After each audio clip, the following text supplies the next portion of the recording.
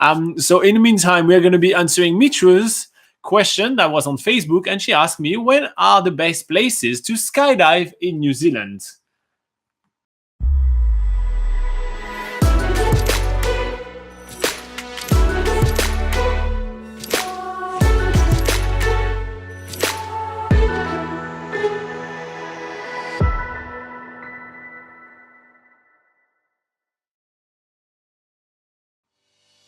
All right. So the first thing to note about skydiving in New Zealand is that no matter where you go, the whole free falling and parachuting experience is going to feel pretty much the same. You're still going to be falling at 200 kilometers per hour. That is the free fall speed for every company. I know they all advertise like, we do 200 kilometers per hour. That's just how fast you fall. Yeah. It's 200, not 2,000. Just so did you know. I say 2,000? Yes, but that's okay. 200 kilometers per hour, sorry. I think your nose fly off at 2,000. Yeah. Anyway, yeah, so that whole free fall experience is going to be exactly the same no matter where you go. So the thing you need to really think about when deciding where you want to go skydiving is the scenery. So so with that in mind, we'll go through some of the locations where you can do skydiving in New Zealand and what sort of scenery you will get. Oh yeah. Oh, you're just going to point? All right, yeah, you want to get started? Okay, so first of all, you can do skydiving in the Bay of Islands, which is in the far north of New Zealand. And the great thing about skydiving in the Bay of Islands is that you get some awesome coastal scenery with beaches and islands. And on really good weather days, you actually get to do a beach landing. So that's the only company in New Zealand that lands on the beach, which is pretty cool. Next up, you can do skydiving in Auckland. And the cool thing there, again, you get to see some really cool coastal scenery and the islands of the Hauraki Gulf.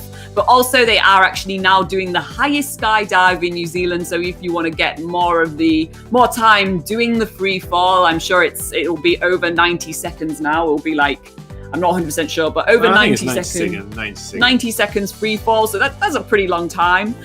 And I just want to point out that most companies right now are offering something around the 19,000 feet. Yeah. So it is just the highest one, but an extra 1,000 feet is not much of a difference. So pick more of the scenery that you're looking for rather than trying to get the highest one. The highest one between 19,000 feet and 20,000 feet, there's not a huge difference. Trust us, we skydive a lot. Yeah.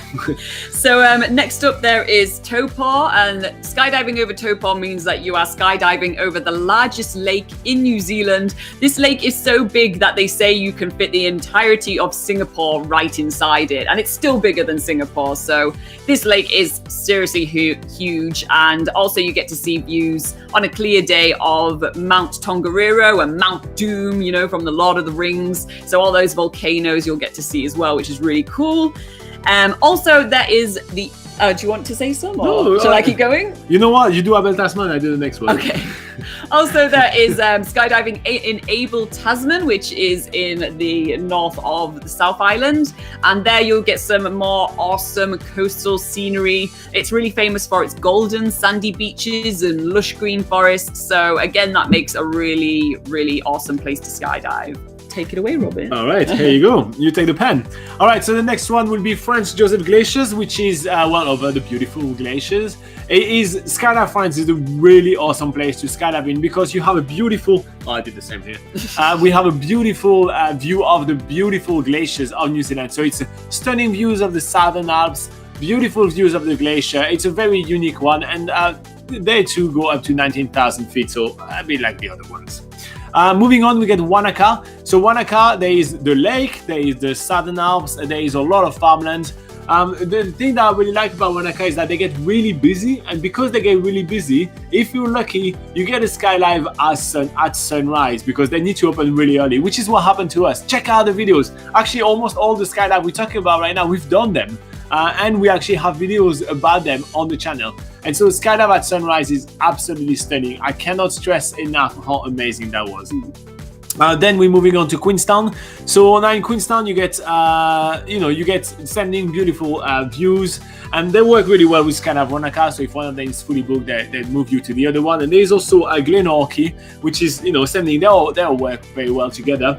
And in Glenorchy, you will skydive above the beautiful Fjord and National Park, which is a stunning view as well, super unique, which is quite awesome. Moving on back up, we get Christchurch right here. In Christchurch, well, it is a beautiful coastline as well, and still a huge free fall. And there is farmland as well, and you get to see in a clear day all the southern lights on the back, which is quite cool. I think they are called skydiving kiwis, if I'm correct. Yeah, or flying kiwis, or something like that. I think skydiving kiwis, yeah. Okay. And then last but not least, the skydiving in Tauranga.